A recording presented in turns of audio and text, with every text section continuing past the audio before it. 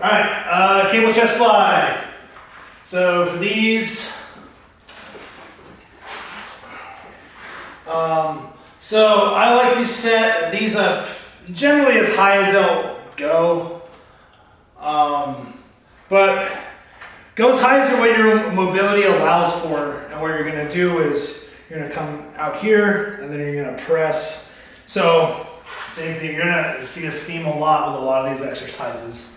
You're gonna kind of go for this like 30 to 45 degree angle through here. So that's gonna look like, so we're here, boom, and just like that.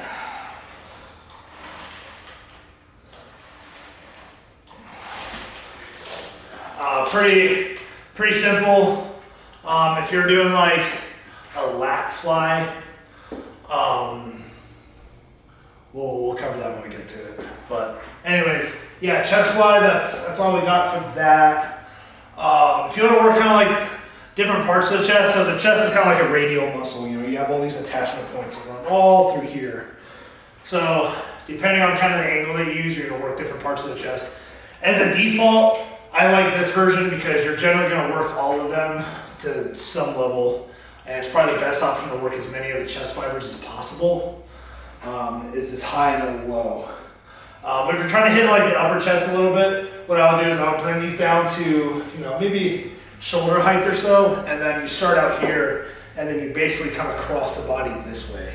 And then that kind of allows you to kind of work this, you know, and as you kind of come up through this motion, you'll kind of just work more, so you'll kind of feel the activation go from here, and it kind of works its way up the pec until it hits the collarbone.